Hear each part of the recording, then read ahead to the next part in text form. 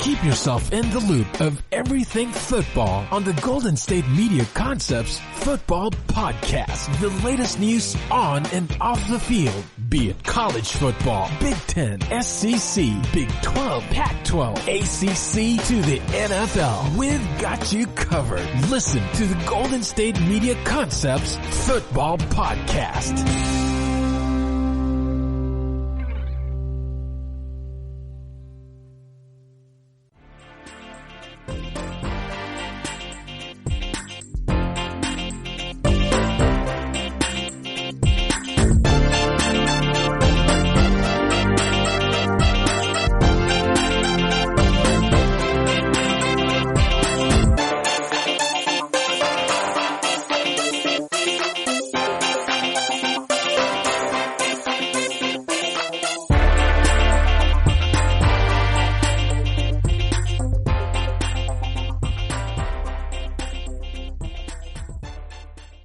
Thank you for tuning in to the GSMC Football Podcast, brought to you by the GSMC Podcast Network. I am your host, Kendrick. Hello, everybody. I hope you're all having a fantastic day. My day so far has been a bit rough, and I will explain that momentarily, but I would like to first off go ahead and say rest in peace to Chadwick Boseman. I have the family in my thoughts. Chadwick Boseman died at 43 to colon cancer.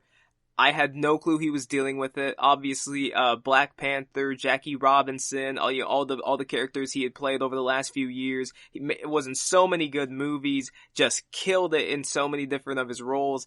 And then to hear about his death was stunning. To hear about his death was flat out stunning to me. It happened on Friday, I do believe, Friday late at night.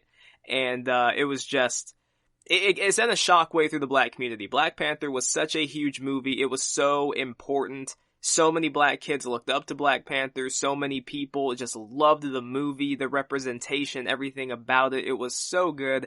And for him to pass is so sad. Luckily, he died at home, surrounded by family. So he was surrounded by loved ones. They got to see him, I guess in his final moments. I cannot imagine how that must feel. 2020 has been one hell of a year, hasn't it? It's really been one hell of a year. As for last night for me, it was not that great. I didn't get a good night's sleep, beforehand. And I'm thinking to myself, alright, I'm gonna go to bed a bit early. Gonna lay down, I'll take a melatonin, and we're gonna make sure that I conk out and I wake up feeling nice and refreshed. Well, I took the melatonin, and probably about 40 minutes later, I'm laying in bed, my eyes are closed, and all of a sudden, my eyes weren't tired anymore. And I'm laying around, and I'm kind of looking around, and I'm like, what happened? I was just so tired. I was dead. By about 8 o'clock, I was dead. I could barely function. I was so tired. And I get in bed, and all of a sudden it's just not there. And then I had this headache come on. I'm tossing and turning all night long. I couldn't get comfy, and I look at the clock eventually, and it's 1 a.m. And I'm like, oh my god, no way. And my stomach was churning. I was kind of sweaty. I was shaking. It was just not a good night. And so, though I eventually did get to sleep, I'm kind of running on fumes today. So if I'm a bit slow with anything I say, if I sound a little bit less energetic, it is because I'm running on low sleep, and my body was, I guess, fighting something last night. I don't know what it was, but it was not good, and it really took a toll on me. But anyways, I got a few things I want to talk about today. I want to talk about athletes using their voice.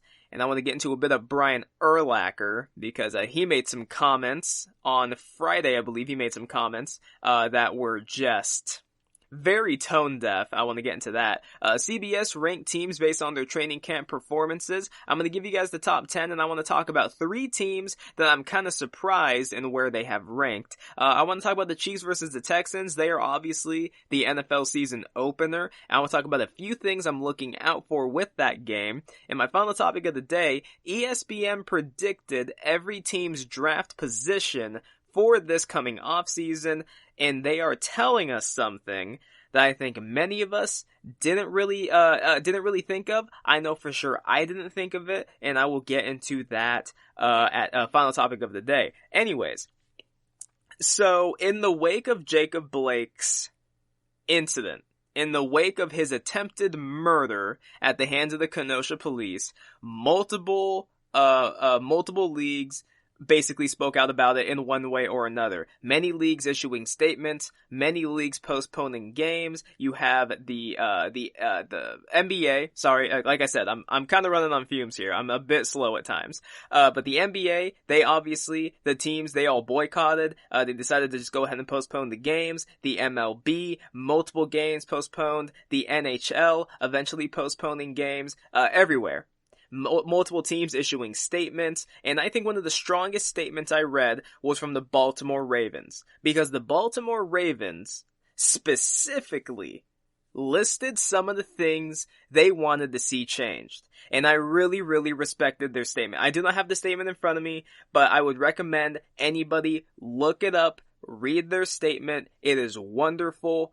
I loved everything about it. I look at, if you go to just the NBA, right? Let's leave the NFL for a second. Go to the NBA.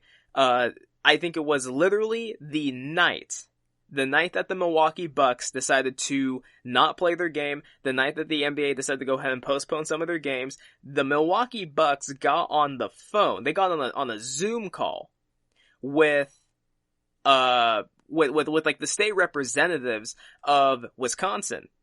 And they were like, hey, we need to talk about this. We need to talk about what the hell is happening in this country. What happened in our state? What happened in Kenosha? The power that athletes really do have when they decide to exercise it is outstanding. They have so much power. Remember, these leagues, they do not happen without the players. If the players don't play, the leagues don't exist. And yes, of course, if the players don't play, they don't get paid and blah, blah, blah, then we don't have all these other millionaires, and if you're LeBron, a billionaire, we don't have these guys. But, at the same time, we don't have these leagues, the team owners, they're not making all that money from the team, so, I mean, it is a two-way street. You can look at it from both sides, but athletes have always had so much power, and their words carry so much weight when they want to use it. You look at a guy like Muhammad Ali, so politically active, right? One of his biggest political stances, he was not going to fight in the war, wasn't going to do it. It cost him a lot, he wasn't sure he was ever going to be able to box again, but he took his stance unapologetically, and obviously now he's Muhammad frickin' Ali. Look at LeBron James. Throughout his career, he has always been outspoken. And especially recently, he has been such a fixture in the black community. He has been such a strong, political voice. He educates himself. He only speaks on things that he does educate himself about. He has said before he will not speak about something if he doesn't feel like he understands enough about it. But LeBron James, when he speaks, people listen. And you know who else listens? The NBA. The NBA literally waited to hear what LeBron James had to say before they decided whether or not they were going to play any games. That's how strong of a voice that LeBron James is. Colin Kaepernick unapologetically kneeled during the anthem, said he has a problem with police brutality, says America was not standing up for what the flag is supposed to represent. And while it has cost him his career, he unapologetically took a stance. 4 years later, people now know he was right. Athletes have always had this power. And if you want to say it hasn't been always, because obviously I guess, when sports first started and you first had these athletes go out, their voices really probably didn't carry any more weight. They weren't playing for big money. It was literally like a game. It was just like a side game. But I mean, you say Jackie Robinson's time, Muhammad Ali's time, you go back then, their voices matter. Bill Russell, their voices mattered about these issues. And over the last 10, 20 years, with social media becoming what it has, from Facebook, Twitter, Instagram, from all these things popping up everywhere, their voices now have only magnified. Because back then, you had to wait for the interview to air on TV or air on the radio. You had to wait to read the paper to see if an athlete said anything. Nowadays, you can just pick up your phone and go to Twitter and see what's on their timeline and see if they've actually spoken about it or anything. It is now so accessible. You can see what these athletes think at any time of the day. Joe Burrow, he is a rookie. He hasn't even thrown an NFL pass yet. He is one of my favorite players in the NFL already. I'm rooting so hard for Joe Burrow. I mean, I was rooting for the rookies anyways, because I don't want to see these guys fail. I like new faces succeeding in the league, makes the league exciting. It leaves more for me to talk about. I really hope Joe Burrow does succeed. Whether he does succeed or doesn't succeed, I'll have something to talk about. But if he succeeds, I have more feel-good stories to talk about. Because you look at Joe Burrow's upbringing, he didn't come from some rich family. He came from a lower class family in a lower class area, and because of this, he has a bit of a different viewpoint than some other people. Joe Burrow, even when he was at LSU, was very, very well spoken on political issues. And while I am not someone who thinks that Black Lives Matter is a political issue, I think it is a human rights issue. There's many out there who do call it a political stance and whatever, blah, blah, blah, blah, blah. And of course, it kind of seems like you look at the sides, there's one side that seems to be really against it, one side that's really for it. So I guess, yeah, I don't know. It's no matter what, man, friggin' everything at this point has become political. But Joe Burrow, he made a statement, on, I think it was Friday. I think it was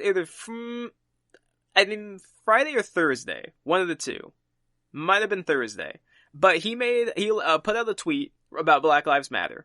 This is his tweet. And I'm going to talk about Joe Burrow in my next podcast because I'm going to expand on this a bit more, but I just want to use this as a quick example.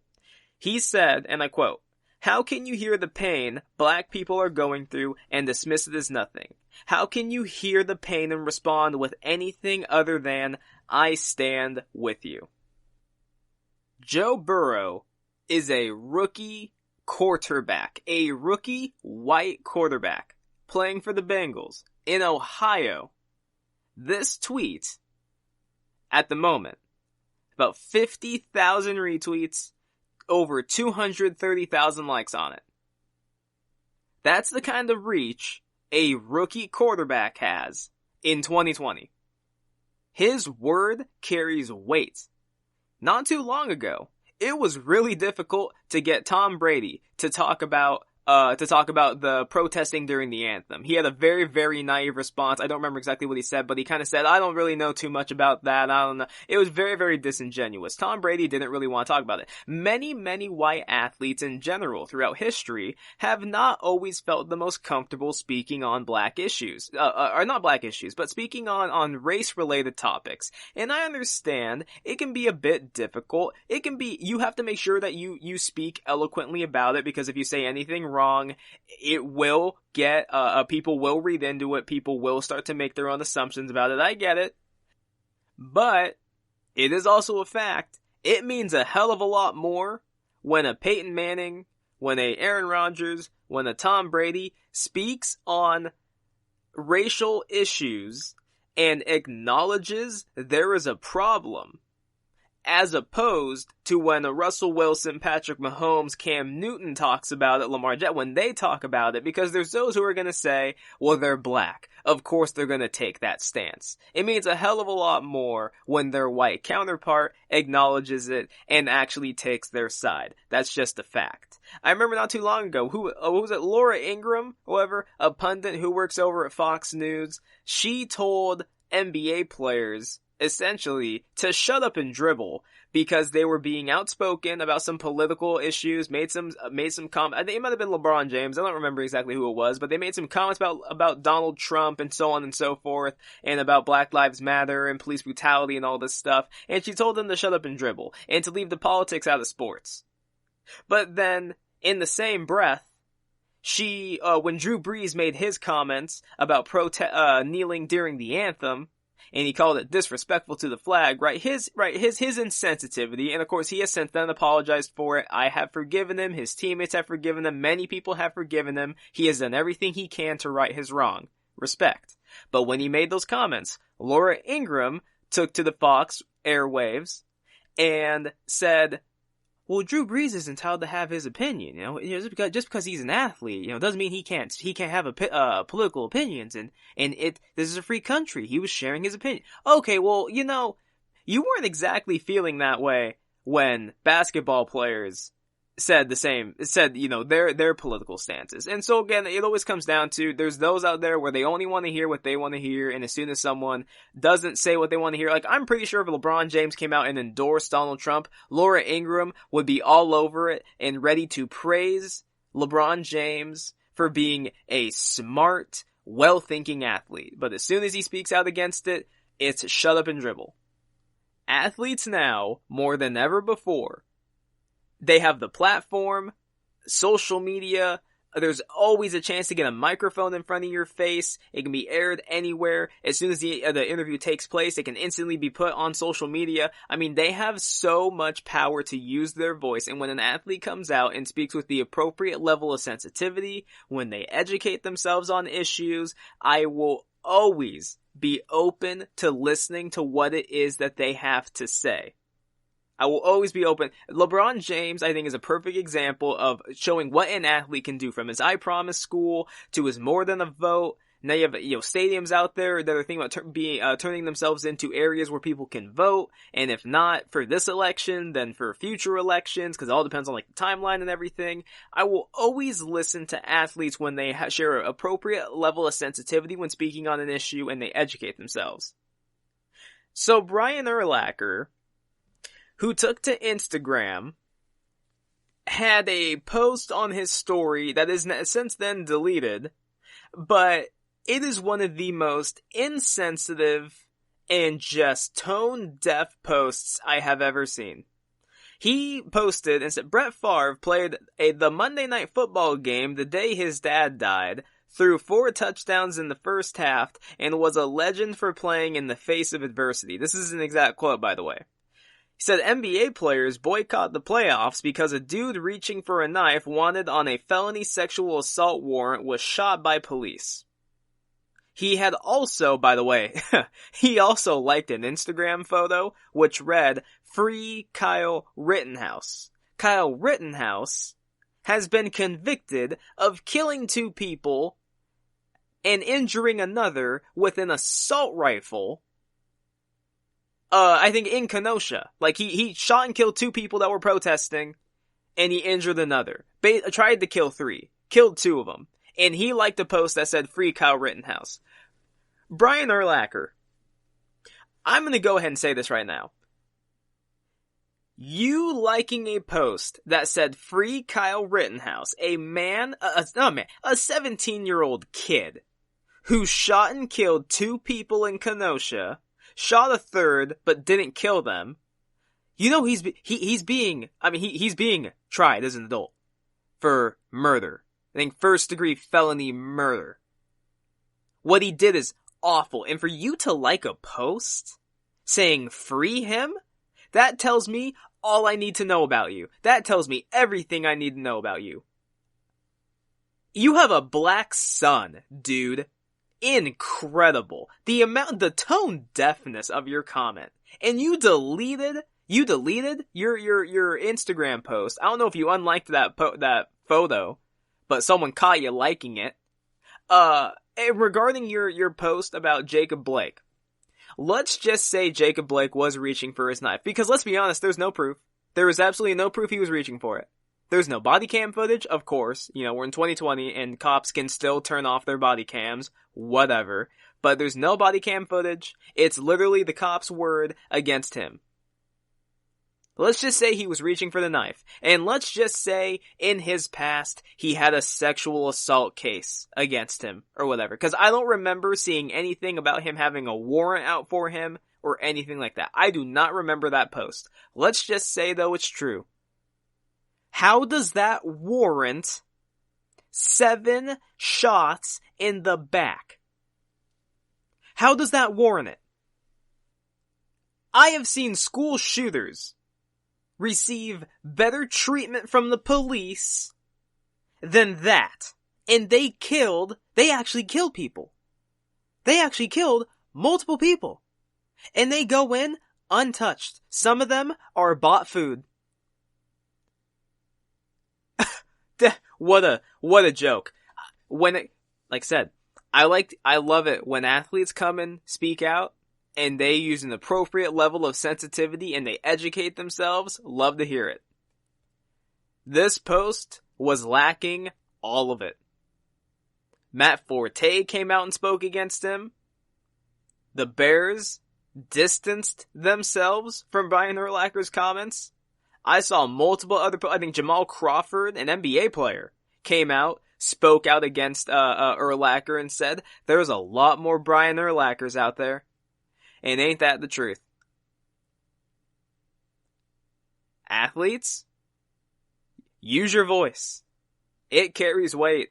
Educate yourselves. Do not be afraid to speak your truth. Don't let people tell you to stick to sports. Don't let people put you in a bubble of you are an athlete and that's all you can talk about. Don't listen to them. And I understand there's people out there that want to use sports as an escape. I get it. But when you're going to Twitter and you're going to Instagram and you're going to Facebook and you're posting whatever you want and you're using your platforms to speak your mind and post about your beliefs and blah, blah, blah, why can you do it and an athlete can't? That doesn't make any sense to me.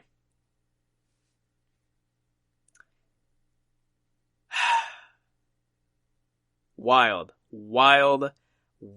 times that we live in.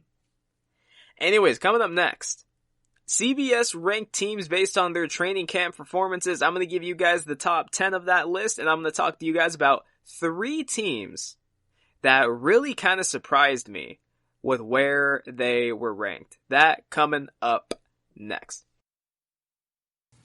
Listen up, sports bettors. This is Bryson Ethan here to tell you about our favorite sports book, and that's BetUS. Football, basketball, and baseball are all back, and that means it's time to get down your bets. We only endorse one sports book, and that is BetUS.com. Why, you ask? BetUS is the pioneer in online betting with more than 25 years in the biz. You need a sports book with integrity and longevity, and you need to know that you're going to get paid. That's right, Bryce. You need a sports book that offers everything, including live betting, MMA, golf, horses, esports, entertainment, and all kinds of crazy prop bets and futures. So call today at 1-800-MY-BET-US. That's 1-800-MY-BET-US, and they will walk you through getting started. Nobody in the industry gives better bonuses or bigger bonuses than BetUS. Join now, mention GSMC, and you get up to 150% in bonuses on your first deposit. Nobody beats that. We bet at BetUS, and so should you. So join BetUS today. That's BetUS.com or call 1-800-MY-BET-US, mention GSMC, and get 150% in bonuses on your first deposit. Are you looking for help for your fantasy football team? Check out the GSMC Fantasy Football Podcast. Get today's best advice on who to start, who to sit, even who you should draft. From sleeper picks to red hot lineups, they got it all covered for you. That's GSMCpodcast.com/fantasy-football-podcast. We'll cover traditional leagues, dynasty, PPR, even IDP leagues. When you need fantasy help, there's just one show to hit up. Don't forget to like them on Facebook and follow them on Twitter. Visit GSMCpodcast.com for more info.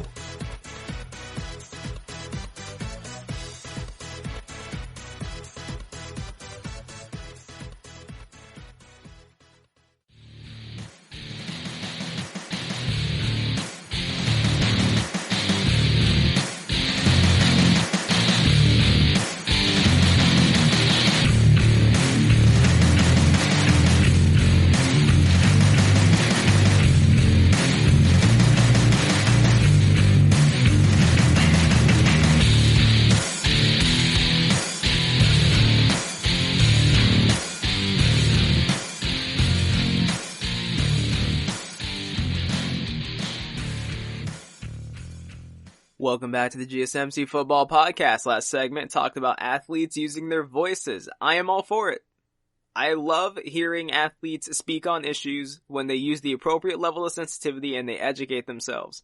To hear athletes, ever say, oh, well, I just play ball or anything like that, I don't ever really think that's an excuse, but I understand that some guys, they're not comfortable speaking out about issues, and I don't want to ever force an athlete to speak on issues that they don't want to. If they would rather handle things behind the scenes, then by all means, that is their prerogative, and they can do whatever it is they feel like doing. But I do not want athletes to ever be afraid or ever feel like they can't speak on things because they're an athlete and because they play sports. I don't think that. Your opinion matters. Do not let Joe Schmo, who works at the gas station, who hates his life, tell you and dictate whether or not you can speak out about issues of social and political in the social and political realm of things. Don't let him do that to you. Your opinion matters. Your words carry weight. Use your platform wisely. That's all I gotta say. Anyways, CBS came out and they ranked 1 through 32 every NFL team based on their training camp performances. So I'm going to give you guys the top 10 real quick, and this is how they rank teams. Ravens, not really surprised there.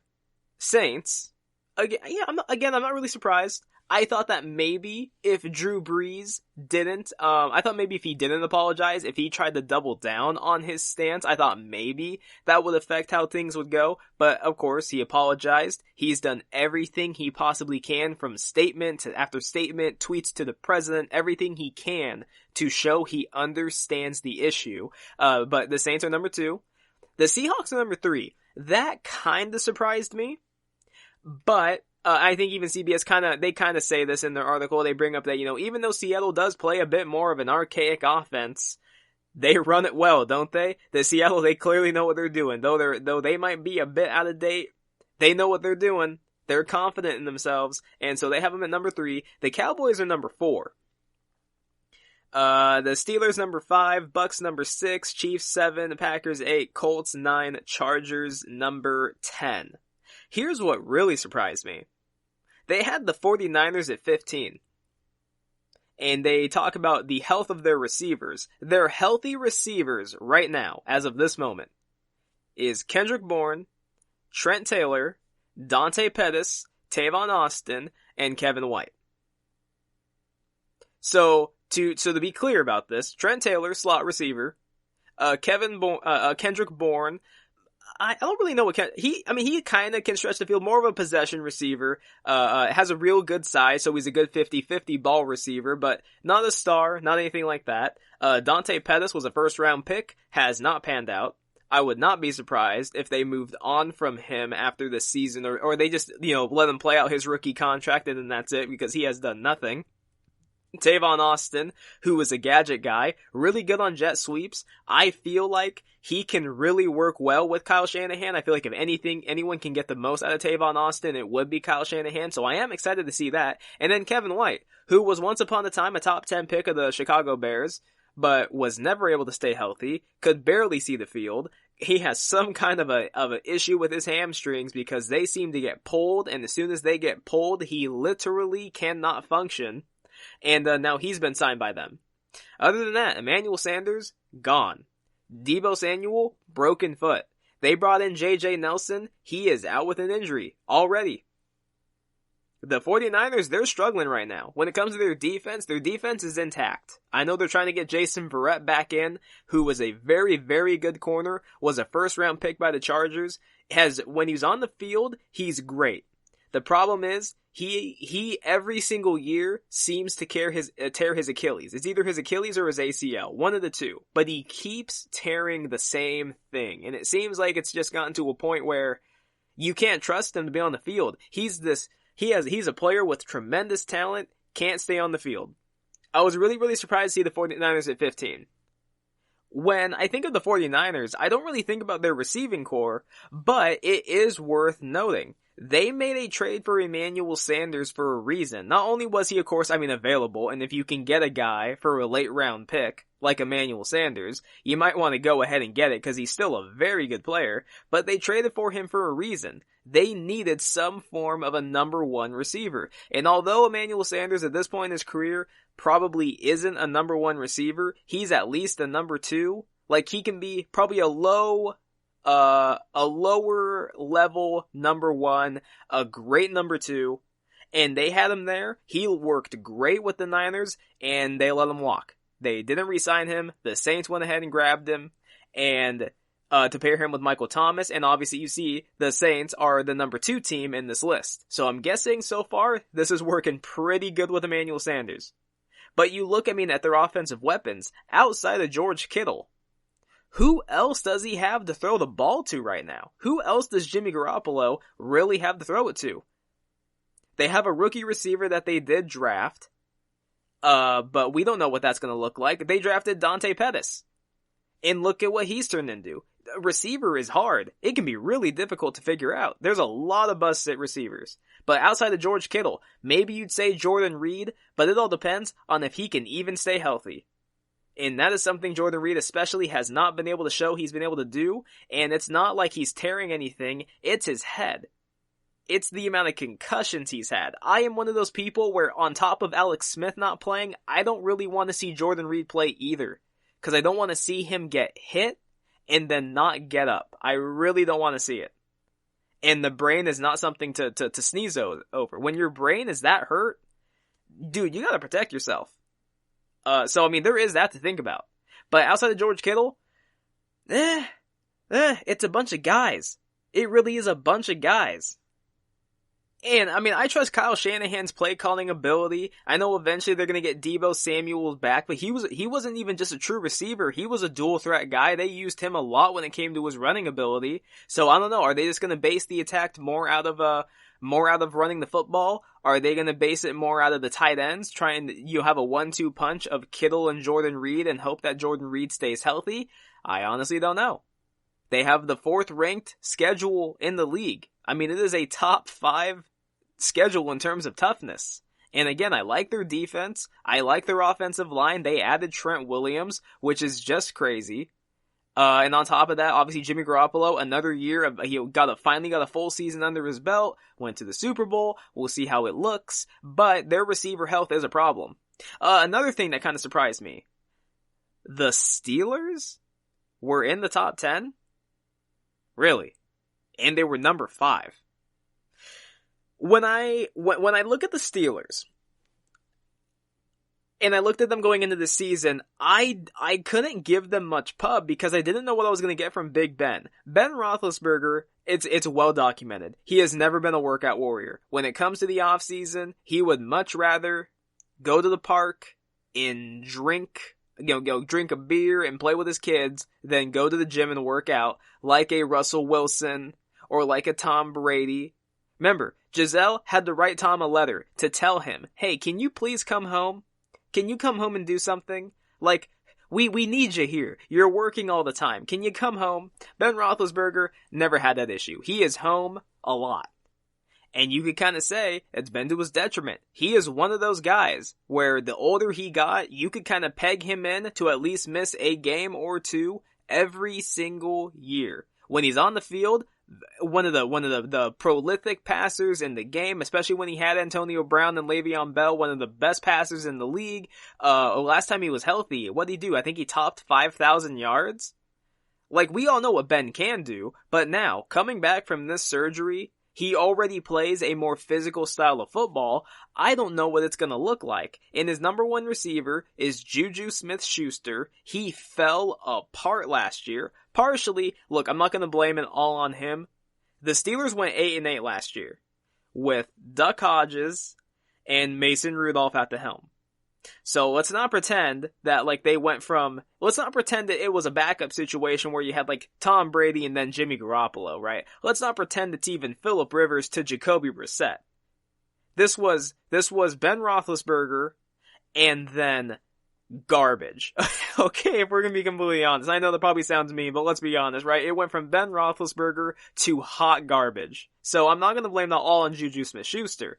But clearly his play fell off with that, and with Antonio Brown leaving his side.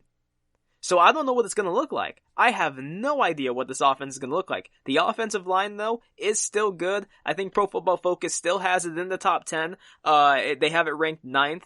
They have the 31st ranked schedule in the league. They are apparently having a great practice. Their defense seems to have finally kind of gotten rounded itself into form, especially with the pickup of Minkah Fitzpatrick from the Dolphins. TJ Watt has arrived and is an outstanding edge rusher. They franchise tagged Bud Dupree. See what he can do another season. I like the team. Their defensive line's great. They're one of the best teams in the league at getting to the quarterback. With Ben Roethlisberger, if you can go 8-8 with Duck Hodges and Mason Rudolph, you should be able to, in theory, at least increase that by like 2 wins with Ben Roethlisberger. You have to be able to. I would have a very, very hard time believing they can't. But my whole thing is, I just don't know how much we can expect from Ben to come back from this elbow surgery that knocked him out for the entire year, to come back and like lead the Steelers to the playoffs. I don't know. I really don't know what it's going to look like. Now, yes, they do have the extra playoff spot, so maybe that is the Steelers' opportunity. But man, their division is stacked. It is. The Browns, I'm not saying the Browns are any world beaters, but talent-wise, they're nothing to sneeze at. The Baltimore Ravens, we all know what they can do. The Bengals, they, if anything, I mean, they're the cakewalk. They are the cakewalk of that division. But I got the Steelers finishing third, even with the 31st ranked schedule. I just don't think they're going to come out and be second or win the division. I don't think they're going to be better than Baltimore, and I can't say they're going to be better than Cleveland. Or maybe they might finish with the same record as Cleveland, but I would still put Cleveland to finish second. I don't really like the receiving core. As much as I liked Juju Smith-Schuster a year ago, this past year was not good. I'm interested to see what he looks like now with Ben back to being his full-time QB and Juju Smith-Schuster supposedly as the number 1 receiver. Obviously James Washington, see how he does with Ben throwing him the football. Now that I think James Washington should be the number 2 receiver on the team. Maybe. We'll see how it pans out. I like Vance McDonald at tight end, so there is that to look forward to. I do like James Conner. I do like their offensive line. But again, I don't think this is going to pan out well. I think that Ben Roethlisberger is more at the end of his rope. I would not be surprised if he retired after the season. He's already talked about retirement before. He just had a major surgery. If this year doesn't exactly pan out the way that maybe he wants it to, I wouldn't be surprised if he retired. That's not me trying to make a hot take or anything. I'm just kind of speaking the truth. He has talked about retirement before. He's dealt with a lot of injuries. He's 38. He doesn't take care of himself the way Tom Brady does, or Drew Brees has, or Russell Wilson, or any of these other guys. I just wouldn't be surprised. And then, I guess a team that I'm not really surprised about, but I'm also, maybe they placed him a bit better than I thought they would be, the Buccaneers. The Buccaneers, look, I guess there is something to say. When you have 2 Pro Bowl receivers and a Pro Bowl Hall of Fame tight end and Rob Gronkowski and a great red zone target in Cameron Brate and a speedy tight end in Jordan Howard, who really is just kind of trying to find his place in the league because he hasn't really put it all together. He, if anything, is like their 3rd tight end on the team behind Gronk and behind Cameron Brate. So far, everything apparently looks good. There's all these reports talking about Brady's arm. Brady's arms looks live. It looks better than ever. He hasn't lost a step. All of this stuff. And that's great. Your team always, for the most part, looks good in practice. Barely ever do you see anything about the starting quarterback looking bad or looking rough. Those aren't the kind of reports that get put out. Now, if your quarterback is a rookie starter or is like your backup, then you might start to see some of those reports out there. Or if there's a quarterback competition, you'll see it. But when your guy is full-fledged going to be the starter, you don't normally see those kinds of reports. But nonetheless, my issue with the Tampa Bay Buccaneers has been, in my whole time of watching football and watching sports talk shows and opinion shows, everything, and listening to former coaches and former players and everyone talk about football, I have never seen a situation quite like this, where you have this team, they jettison their starter, they bring in a 42-year-old quarterback coming off of one of the worst seasons of his career, if not maybe his worst season of his career. I don't know that for a fact, but it was not good for Brady last year. They rode their defense and game managing by Tom Brady, limited turnovers, that kind of stuff to win the games that they did. They didn't beat any of the playoff teams except for like Buffalo, but even then I've talked about that with Josh Allen. I don't like Josh Allen as a quarterback. Bill Belichick embarrasses him. But they lost to the Texans, lost to the Chiefs, lost to the Ravens, embarrassingly, right? They didn't really beat the good teams. And of course they lost to Tennessee in embarrassing fashion in Foxborough. But I've never seen, he comes into the system. This is a throw it all over the field style system. He needs to learn a new system for the first time in his career. And you got these people out here thinking Tampa Bay is going to be one of the best teams in the league. When does this happen? In a shortened training camp with no preseason.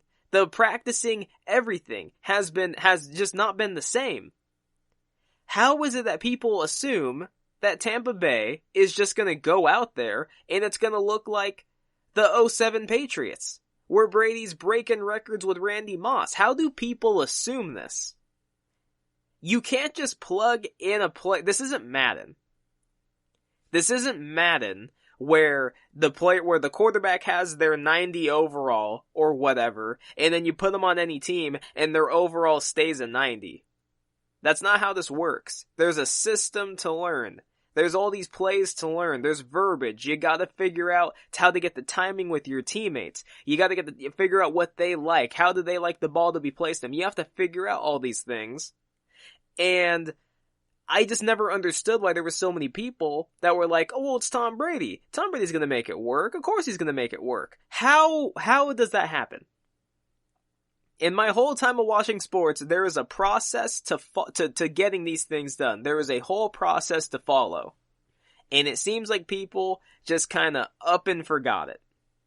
Now, if Tom Brady goes out there and he's one of the 10 best quarterbacks in the league and he throws for damn near 5,000 yards and like 30 plus touchdowns or whatever it is, if he goes out there and this offense looks just as it did last year minus the turnovers and it's still explosive, all that stuff, then I will go ahead and say, okay, I was wrong.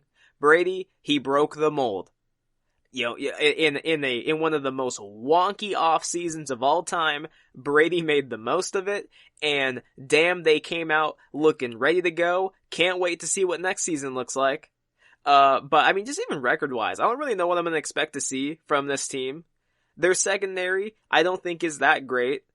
I think Todd Bowles does a tremendous job as a defensive coordinator, so I think he'll always have these guys in good positions. I think their defense can keep them in games. When you looked at expected points allowed, they were one of the best teams in the league, especially on defense.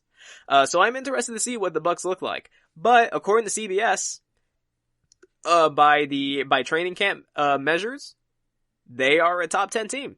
So I will be interested to see how this translates.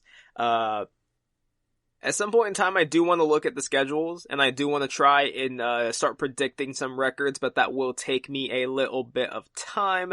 But at some point in time, I do want to get around to doing that. But anyways, coming up next, we're going to talk some Chiefs versus Texans, and some of the things I am looking forward to when it comes to that game, some of the things I'll be looking out for. And coming up in my final topic of the day, ESPN predicted every team's draft position. I think that they are telling us something that many people have not really thought about. Their thinking seems a bit backwards, but I can see where they're leaning.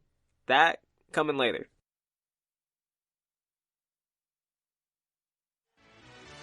Check out the show that's built on the MMA. From the UFC to extreme cage fighting, they got the fights covered. Check out the GSMC MMA podcast. Get the latest news on past or upcoming fights. Join us as we talk to and about some of the biggest names in the MMA, past, present, and future. When it's the fight game, there's just one show to check out. GSMCpodcast.com/MMA-podcast. Don't forget to like them on Facebook and follow them on Twitter. Visit GSMCpodcast.com for more info.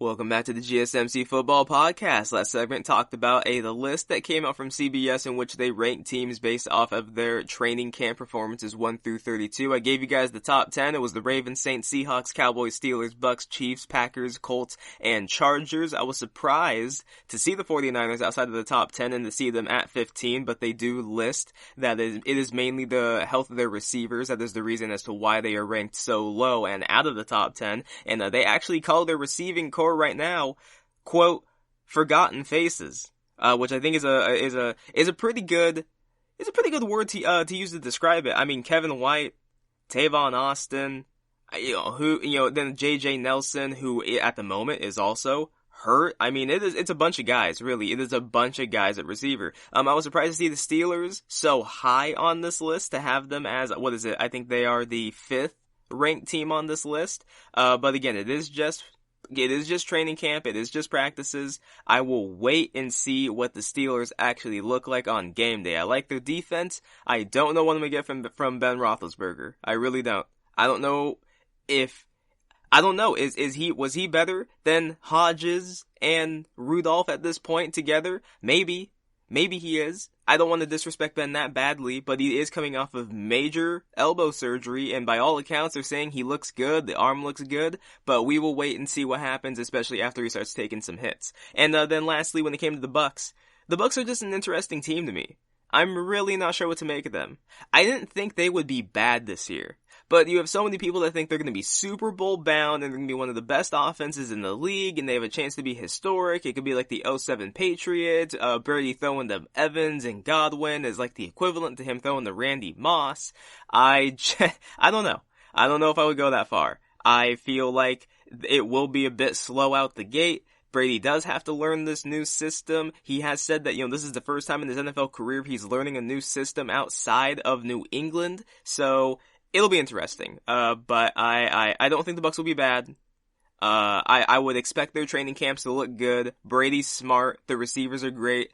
I would assume it'd look good. We will wait and see what it looks like once the season actually starts. And speaking of the season starting, there were a lot of games that probably could have opened for this season that would have been great for the ratings and just awesome TV. Even with training camp and everything being as wonky as it is, and with teams probably not coming out their best selves, no preseason, no nothing, teams probably coming out a bit rickety, there were a couple games that I thought of that could have been really, really good to open the season. Some good grudge matches, some good rivalry games. I thought of games like, wouldn't it have been nice to see the Titans and the Ravens go at it again? Wouldn't it have been nice to see the Saints get another shot at the Vikings? Wouldn't it have been nice to see even the Titans and the Chiefs? The Titans, I'm sure they feel like they had a real shot to win that game there for a bit, but of course the Chiefs, they just chiefed and they went ahead and they won it. Maybe the Niners and the Chiefs, that would have been a good game to open the season with. But the game we're going to get is the Texans and the Chiefs. And of course, the last time we saw these two teams go at it, the game ended 51-31 in favor of the Chiefs. We saw, 7 or 8 unanswered touchdowns by the Chiefs. 7, I think it was 7 unanswered touchdowns by the Chiefs. The Chiefs blew the Texans out of the water. And this was only after, though, the Texans were up 24-0. They had a chance to step on the Chiefs' neck and put them out of commission, but Bill O'Brien did what Bill O'Brien does, and his decision-making, his play calling all the time doesn't exactly make sense. And when he was on the Chiefs side of the field, I think it was like 4th and 1, they decided to kick a field goal to go up 24-0 instead of actually attempting to just go for it, which honestly, with the way that the Texans were moving, it seemed like they could have gotten it. The Chiefs at that point in time were not performing well, it didn't seem like they were in the right headspace, and the Texans could have really taken advantage of them, but they didn't, and then of course we saw what happened, touchdown, touchdown, touchdown, touchdown, touchdown, touchdown, and all of a sudden, it's the Chiefs up and the Texans are reeling, scrambling, trying to figure out what the hell happened. I think we were all trying to figure out what the hell happened. I remember watching that game and seeing the Texans go up and down the field and seeing them beat this Chiefs team that looked completely out of it. I honestly thought to myself, I was like, oh my god. the Chiefs are gonna lose this. Oh my God, they're actually gonna lose this thing. The Texans, they're probably gonna go to the freaking Super Bowl. And then they quickly showed me again who they are. Mahomes showed me who he was. And I was like, oh, I'm sorry, Patrick. I'm sorry. I didn't mean to doubt you like that. There are a few things I'm gonna be looking out for in this game. One, I want to see how both the teams start. I want to see exactly how rickety do these teams look, right? How much training camp do they really need? How much training camp does Mahomes and Watson really need? I know that Watson, he does have some new pieces on the team. Maybe it would have been better to have a full offseason with some of these guys so that they could actually properly get acquainted with each other, so they could properly get some of the timing down, because I'm sure they have to pack some of that in a bit. Even though some players, they were practicing even during the height of COVID, it still is better to do it on an actual practice field with the whole team and everything. So I do want to see how they start. I want to see how do the offensive lines play. I want to see how exactly does the timing with the receivers work. I would imagine that Mahomes doesn't need to do too much work. He doesn't have, and I think that is part of the beauty, right, of having the team completely the same. This is a point I have brought up on numerous occasions throughout these podcasts, is that the teams that I thought could have the most success were the teams that didn't have the most turnover. The teams that have the same head coach, the same play caller, same quarterback, like the same receivers. The teams that have all that familiarity, I thought they would be the teams that could really take advantage of the season. So the Chiefs, I would imagine they do not need to do too much work. But on the Texans side of things, they got rid of DeAndre Hopkins. They traded for Brandon Cooks. They traded for David Johnson, who, at least the last time he seemed to be properly used in with the Cardinals, he was one of the premier dual threat running backs in the game. He could easily be a slot receiver. He was an outstanding running back, and since then it seems like he has completely kind of fallen off the map. He got hurt, and he hasn't been the same since then, so it will be interesting to see what he does look like with them. But I'm interested to see how both the teams start. I'm then very interested to see how exactly do the Texans' new offensive pieces look. Brandon Cooks and David Johnson. A lot of people were shocked to see Bill O'Brien trade away DeAndre Hopkins. I was shocked. I think the media world was shocked. No one expected to see that. I think people kind of expected to see DeAndre Hopkins retire as a Texan. Been there since the beginning of his career. He was there through all the quarterback changes, and just, one season he's playing with 4 different quarterbacks, and then he finally gets Watson, and Watson's the first real good quarterback he has had, and it's just, it was shocking to see them trade him, and to especially see them trade him for nothing. I mean, their trade with the Cardinals, in exchange, you get David Johnson and like a 2nd round pick, I think, for DeAndre. Jamal Adams went for 2 firsts. Jalen Ramsey, I'm pretty sure he went for 2 firsts. What are you doing? Like, what is that trade? So I'm interested to see how exactly do these new offensive pieces look. Having DeAndre Hopkins, and Watson having the rapport he had with DeAndre Hopkins, Watson could play his game through and through. He didn't need to change anything, but he could play his game all the way. And with Hopkins, he knew how he liked the ball thrown to him. He knew where Hopkins was going to be at all times. So he could just throw it over to Hopkins, kind of lead it outside the boundaries so that Hopkins could do a toe drag catch. I mean, he gave Hopkins so many chances at the football because he just had that faith that he could come down with it, right? That 50-50 ball, more like 80-20. That ball that's thrown about 3 feet or whatever outside the field of play, Hopkins could go and make that catch. That is what Hopkins did for him. Hopkins, he's in that elite class with like Michael Thomas, Julio Jones. In my mind, he is a top 3 receiver. And Bill O'Brien traded him for Jack. Maybe he sees something in David Johnson. Maybe he thinks all of a sudden that they're going to base their offense around the running game with he and Duke Johnson. I mean, they have both the Johnson. They have Duke Johnson. They have David Johnson. Both very similar backs, but the last time I checked, Duke Johnson at the moment is the better running back.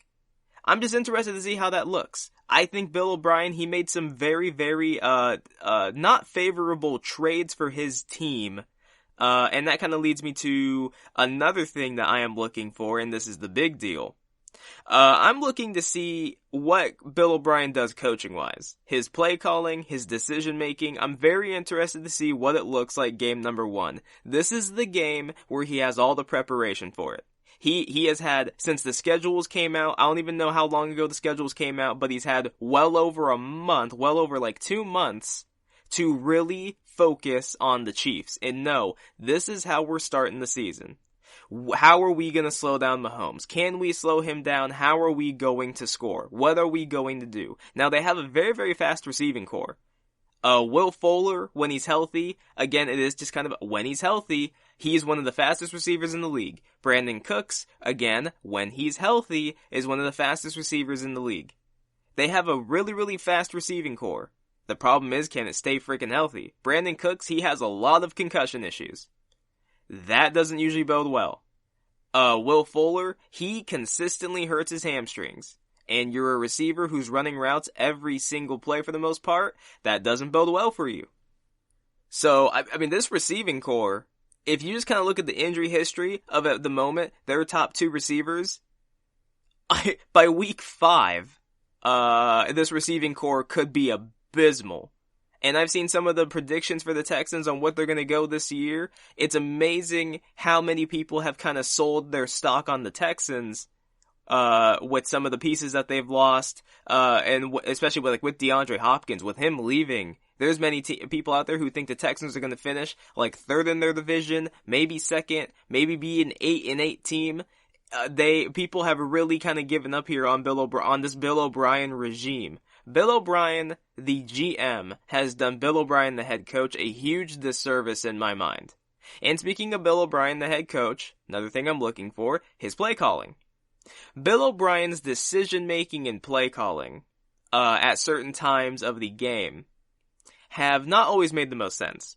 I remember during Deshaun Watson's rookie year, when he faced off against Seattle, watching that game, it was amazing. I couldn't believe what I was seeing from Deshaun Watson. He looked every bit as he did at Clemson. He was tearing apart the Seattle defense. Now, it didn't help that Richard Sherman did get hurt in that game, but either way, Deshaun Watson was still tearing it up. And it came down to where the Texans had a lead, it was 4th quarter, and all they had to do was pick up a couple first downs against Seattle, which they seemed to be doing fine, and they would have won the game. And what did Bill O'Brien do? Deshaun Watson, who was tearing apart Seattle with his legs and his arm, 3 straight plays, they ran the football. 3 straight plays. Bill O'Brien took the football out of Deshaun Watson's hands, and had Lamar Miller running it. Ran it 3 times into a wall, they punted away, and then you gave Russell Wilson that ball with like under 3 minutes or whatever left in the game, and of course the Seahawks went ahead and they won it.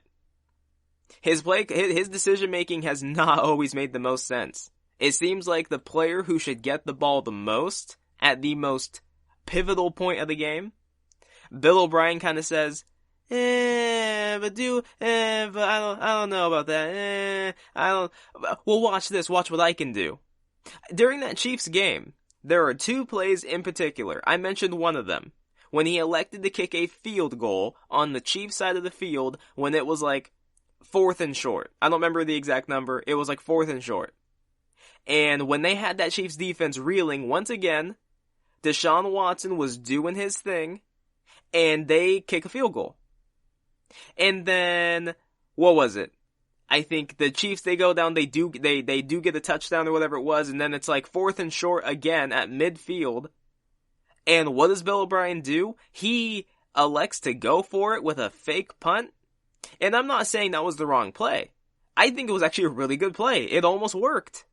It was a really good play, but it just comes down to then, wait, why did you kick a field goal on their side of the field and go for it while you're still on your side of the field? Where's the logic there?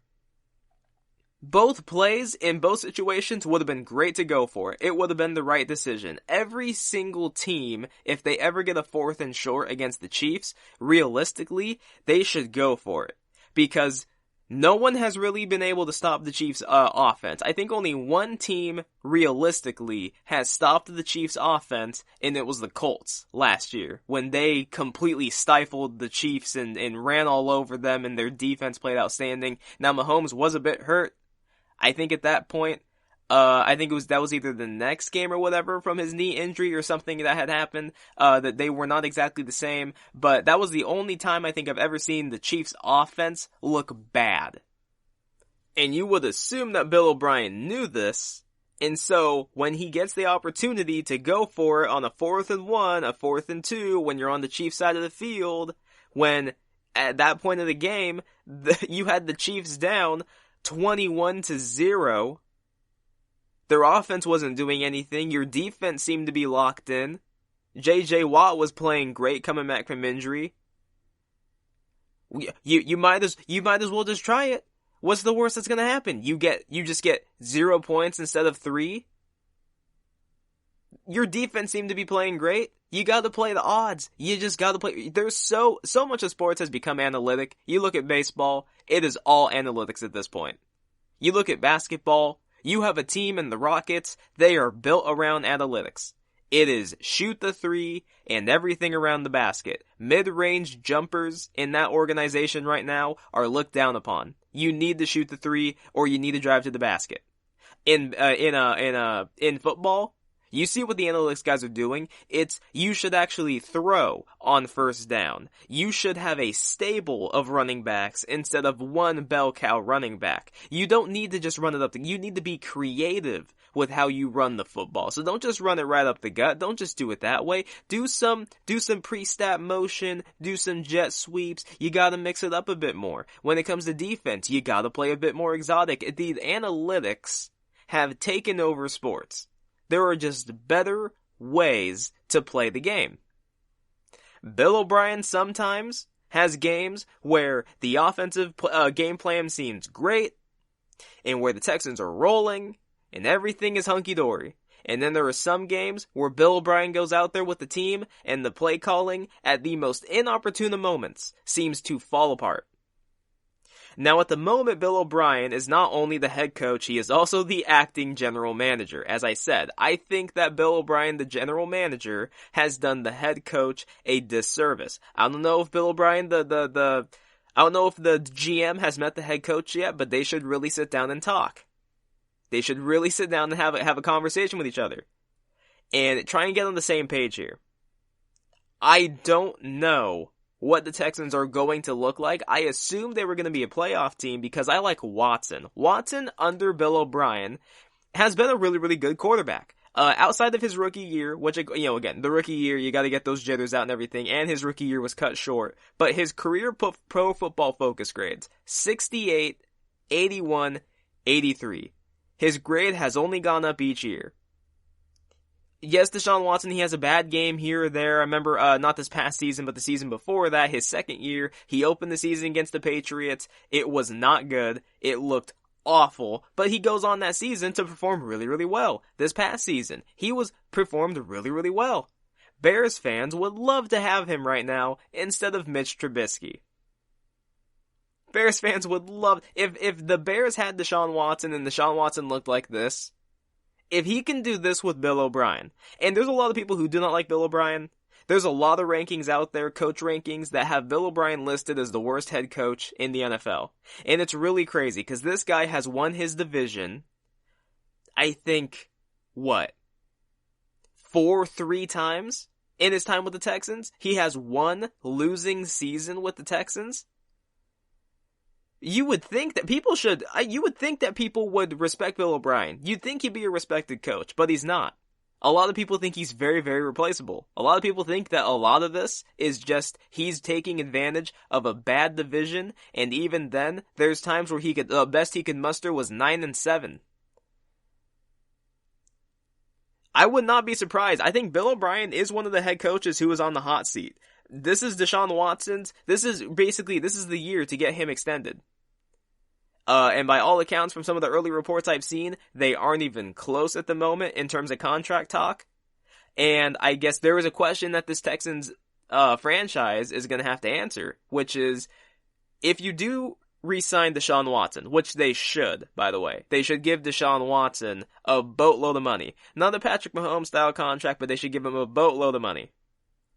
If you're going to re-sign Deshaun Watson, do you want his franchise head coach to be Bill O'Brien? Or do you get someone new? I think that's a real question. Depending on how this game starts, depending on how this season starts for the Texans, I think that could really set a narrative for him the rest of the year. And we all know, people love their narratives. The narrative right now surrounding Bill O'Brien and the Texans is Bill O'Brien traded away DeAndre Hopkins for a bag of Doritos and $5. And the $5 bill wasn't even real. I think that this could be the last year for the Houston Texans head coach. He might be a better offensive play call. Maybe he doesn't just need to go to another organization. Maybe he was better suited as an offensive coordinator. Again, you look at his record with the Texans, you look at his division championships, everything like that. He's performed pretty well, it seems, with not the best quarterbacks in the world, but at some point in time, I guess you do have to move on. And you do have to make a decision. Do you want Watson to be paired with this guy for the rest of his career, or for like the next 5 years? I don't know if they do. Anyways, coming up next, final topic of the day. ESPN predicted every team's draft position for this coming off season. Their way of thinking about the way that these teams are going to perform goes against basically everything I have said about the teams that I think are going to be successful this year. We will get into that coming up next. Check out the show built around the women of MMA. From the UFC to the extreme cage fighting, we got the fights covered. Listen. It's the Golden State Media Concepts Women's MMA Podcast. The latest news of upcoming fights, discussions of previous matches. Join us as we talk to and about the biggest names in women's mixed martial arts. Past, present, and future. When it's the women's fight game, you know where to listen to. The Golden State Media Concepts Women's MMA Podcast.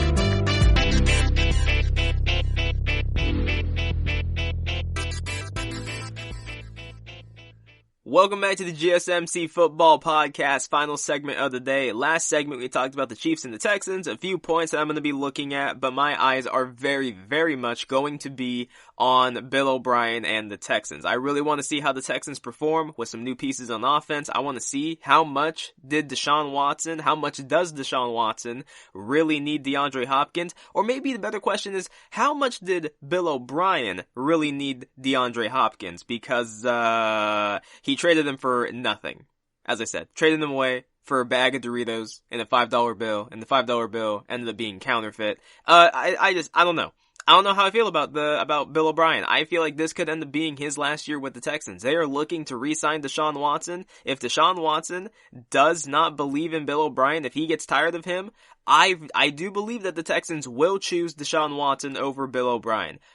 Even though Bill O'Brien's, his resume sounds like it should be good. He's won the division championship in the AFC South like 3 or 4 times. He's only had one losing season as a head coach. He has had a hodgepodge of quarterbacks, from Ryan Fitzpatrick to Ryan Mallett to Brian Hoyer to TJ Yates to Brock Osweiler, and yet he has still managed to win division after division title. But yeah, when you look at coach rankings, he is always somewhere at the bottom.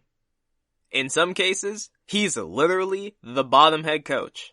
I think there was an article I saw, I think a little bit over a month ago or so, where it was talking about how many wins or how many points is like your coach worth. Bill O'Brien was the only head coach on that list that was worth negative points. He actually takes away from the Texans, according to some people. I don't know what to think. I don't know what to make of it. His resume should say one thing, but the football experts, the observers, the analysts, they say something different. So, who knows? This could end up being his last year. I don't know.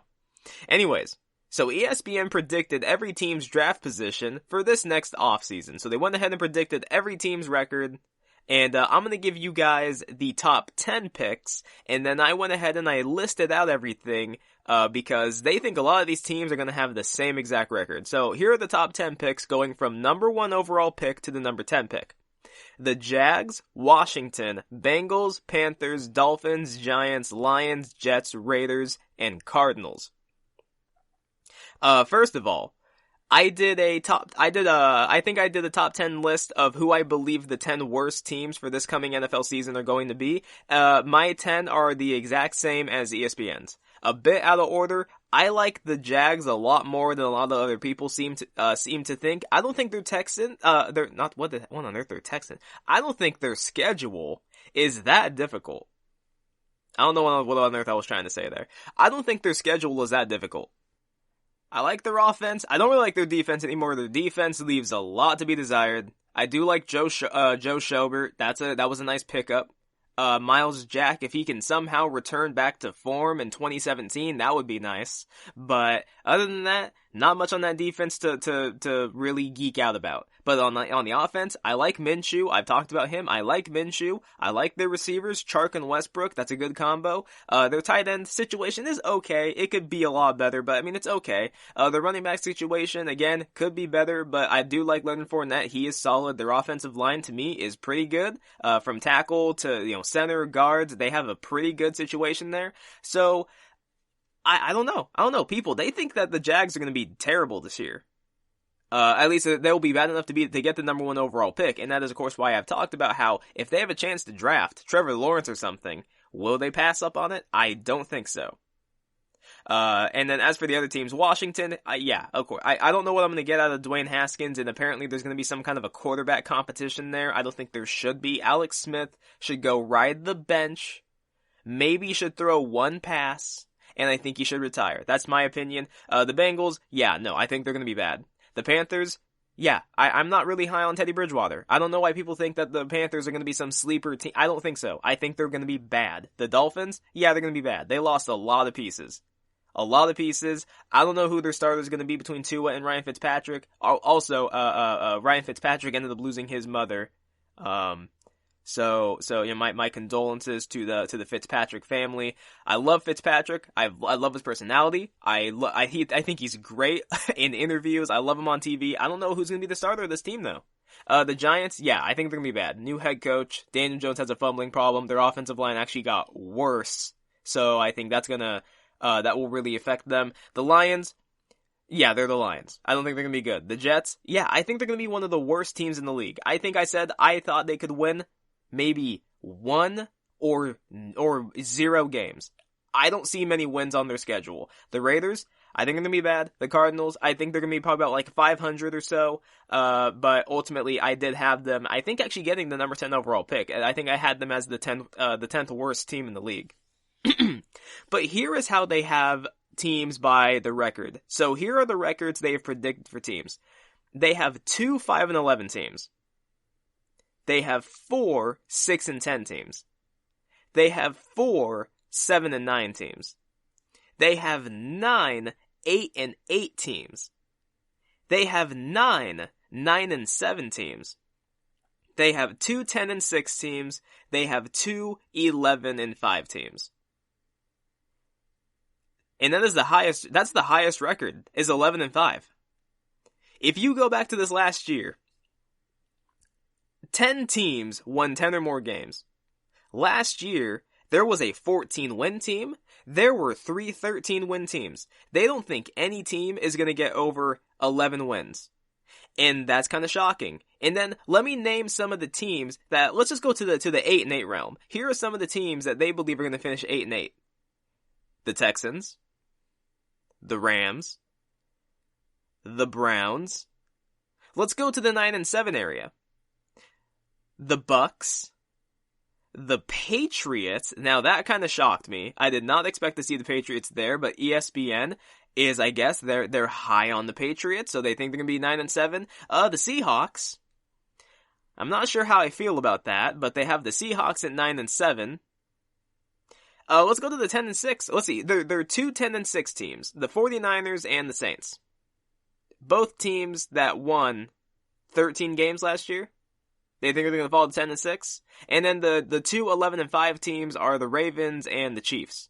There are people out there that think that the Ravens could potentially go undefeated. There's people out there who potentially think that the Ravens could win, again, like 14, 15, 13 games. They have them at 11-5. And as for the Chiefs, yeah, they put them at about 11-5.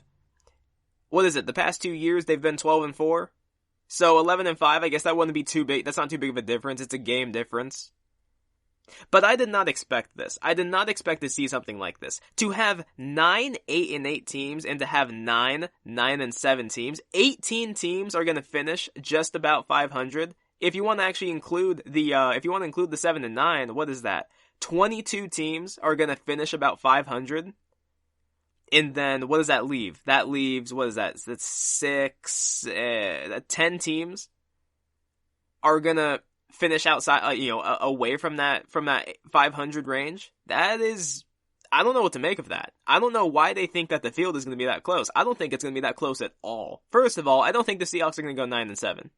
And I don't think the Bucks are going to be 9-7. I think the Bucks will be like more 10-6. But I don't think it's going to be that big of a difference. But I do not believe that the Seahawks are going to be 9-7. I do not believe that the Ravens and Chiefs are going to be 11-5. I would take them to win more than that. I do not believe that the Saints are going to be 10-6. I would take the Saints to win more than that. The Niners, maybe they would win that much. Again, they have a pretty tough schedule.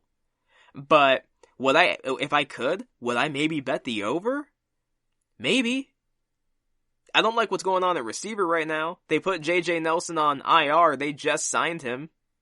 I don't necessarily like what the Niners are doing on the receiver side of things, but I like Kyle Shanahan's play calling. Don't like his decision making. That's another guy. I do not like his decision making, especially in big games. But 10-6, that seems really low. The way that I looked at this season heading into it is I thought, and I said in my last segment, I thought that the teams that had the lowest amount of turnover would be the teams that are going to succeed the most. So I thought that all the double-digit win teams are going to be teams like the Chiefs, like the Ravens, like the Seahawks, like the Niners, like the Saints, the teams that have the lowest amount of turnover. Now, granted, they also do have some of the best rosters in the league, some of the best coaches in the league, but more to the point, they don't have any turnover. All the pieces are familiar. See, I think a good head coach, like Ron Rivera. I think Ron Rivera is a very good head coach. I don't think is going to have that great of a season. Not only does Washington kind of lack some talent, but it is a completely new system for Dwayne Haskins, or Alex Smith, or whoever on earth is their starter. So even though I think that you could have a good head coach, you could have a good quarterback, but new system, new surroundings, I just think that kind of stuff is really, really gonna matter this year, especially with no preseason, with a limited training camp, limited practices. I think it matters that much more. But I do not agree with ESPN though, especially on some of the places they put other teams. I only named a couple of the teams for each record because I don't want to name all 32 teams and everything, but some of the teams I think that they are a bit high on are teams like the Jets. They had the Jets at 7-9. The Jets are not winning 7 games. Oh God, no. Oh, no. The Jets are not winning. Who is Sam Darnold throwing to? Right now, their number one running back is Frank Gore. Their offensive line still isn't great. Their defense, you lost Jamal Adams, who was the playmaker on that team. No. The Jets are not winning 7 games. They had the Raiders at 7-9. The Raiders are not repeating in going 7-9. I simply don't believe it. Look, by Pro Football Focus measures, they love Derek Carr. They think Derek Carr is very, very good. Or at least he is an upper tier quarterback. The problem with Derek Carr is he has this narrative around him and there's a stigma around him that he doesn't let the ball fly. He does have the lowest, or not the lowest, he has the highest check down rate in the NFL. There is a reason they signed Marcus Mariota. They wanted to put some pressure on Derek Carr. Now, according to some of the reports I'm reading, even though at times Marcus Mariota has been a dazzling playmaker with his feet and is doing things that Derek Carr just doesn't even seem to dream about doing, he has been struggling with accuracy. That is something that is actually Derek Carr's strong suit, even though he might not push the ball down the field. Again, I don't know if that's all Derek Carr's fault. I think part of it is because he hasn't had the weapons to do so. They did trade away Amari Cooper. They did have Antonio Brown, and then he jettisoned himself and left the team, so that didn't happen either. I mean, his best deep threat really last season was probably Tyrell Williams and Darren Waller, and Williams is hurt, and it has a torn rotator cuff, I believe, that he's going to try and play through. I think he should probably just go get surgery and get it repaired, but whatever. They have Henry Ruggs. They have another receiver, Edwards, who has apparently been really good and is taking first-team reps, so we will see what they do, but that defense is still awful. They are still bad, and I do not think the Raiders are going to be that good. But I look at this list, and I think to myself, what is it that they're trying to tell us with this list? I think that what ESPN is trying to tell us is that there are going to be a lot of upsets. That teams in general are just not going to be prepared enough. That the teams that succeed the most are going to be the teams that really, I think, that won the most last year. I.e., the Niners, Saints, Ravens, Chiefs. They had 4 of the top records in the league. The Ravens, they won 14 games. The Chiefs won 12. The Saints and Niners, they both won 13. After that, every other team is under 10 wins. You're telling me that the Jets are going to win 7 games. They're going to go then that means that the Jets, I think they upset about 6 teams. You're telling me that the Bengals are going to win 6 games? They upset 6 teams. If they're winning 6 games, every single game was an upset. I don't think there's a single team I would really take the Bengals to beat this year. I think they maybe face, I think they do face Miami. So that could be a win for them. But you're telling me they're gonna win Miami. They have Miami winning 6 games. I guess Miami, they're better on defense than last year, but offensively, they've lost 2 of their top receivers, Albert Wilson and Allen Hurns. They both opted out. It's Devontae Parker or Mike Gesicki. I don't know. You're telling me the Dolphins, that's going to be upset city. I think they have Washington winning 5 games. Dwayne Haskins last year, he didn't look impressive to me at all. He just didn't. And the rest of Washington's offense, outside of their rookie receiver, Terry McLaurin, I don't really like anything else on the team. I do not know how they think they're going to go about winning these games. And their offensive line has some good players on it. Brandon Sheriff, I like him. Everyone else, I don't really know who they are. They lost Trent Williams, obviously. They finally traded him away to the Niners. I think they're telling us there's going to be a lot of upsets. I think they're telling us that the only teams that are going to be the ones who really are able to win double-digit games are the teams that won the most last year. Because the Seahawks, they could have been 12-4. They had a lot of one-possession games last year. Usually that is a stat that turns over. I think they're kind of telling us that stat is going to turn over. When it comes to the Bucs, I think they're telling us that Buccaneers offense might sputter a bit.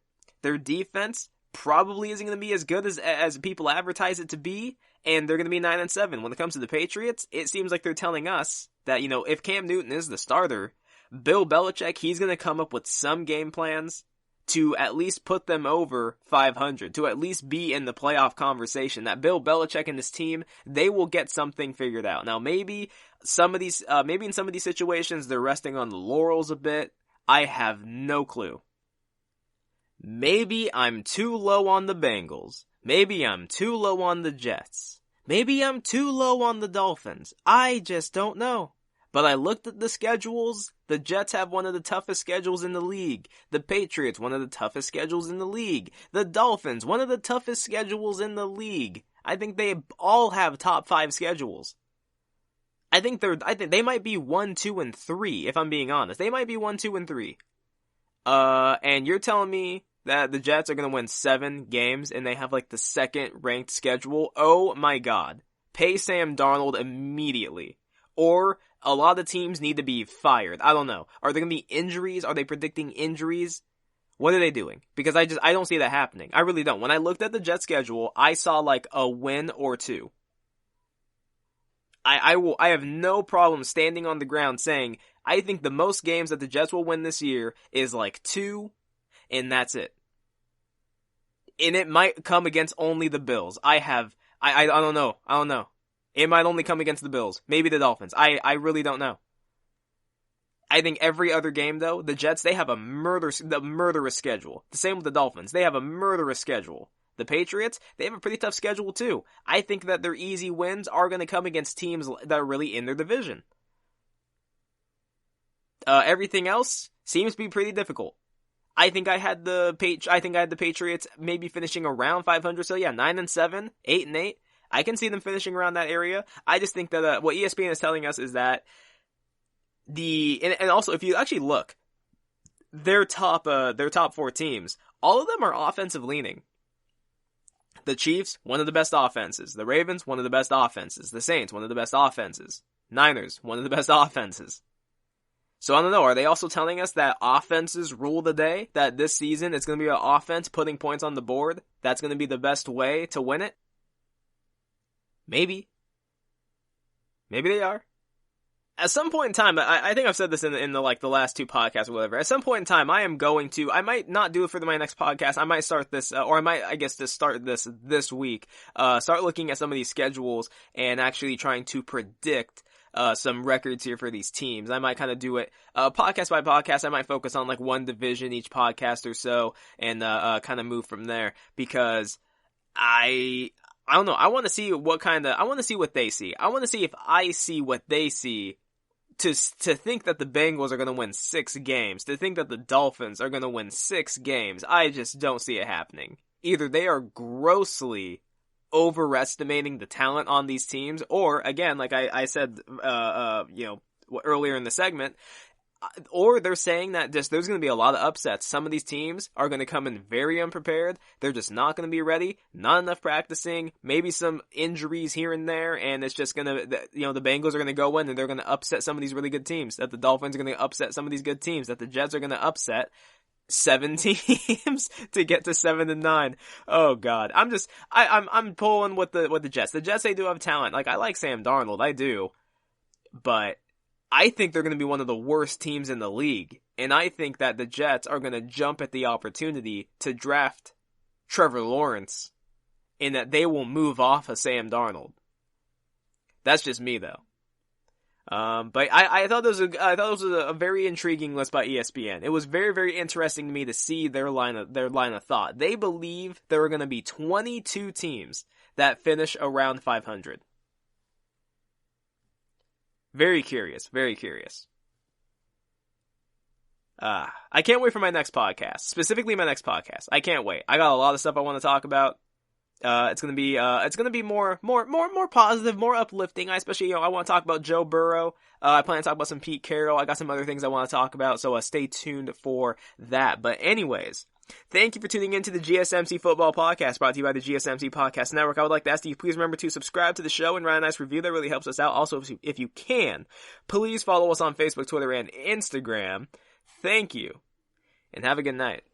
You've been listening to the Golden State Media Concepts Football Podcast, part of the Golden State Media Concepts Podcast Network. You can find this show and others like it at www.gsmcpodcast.com. Download our podcast on iTunes, Stitcher, SoundCloud, and Google Play. Just type in GSMC to find all the shows from the Golden State Media Concepts Podcast Network, from movies to music, from sports to entertainment, and even weird news. You can also follow us on Twitter and on Facebook. Thank you, and we hope you have enjoyed today's program.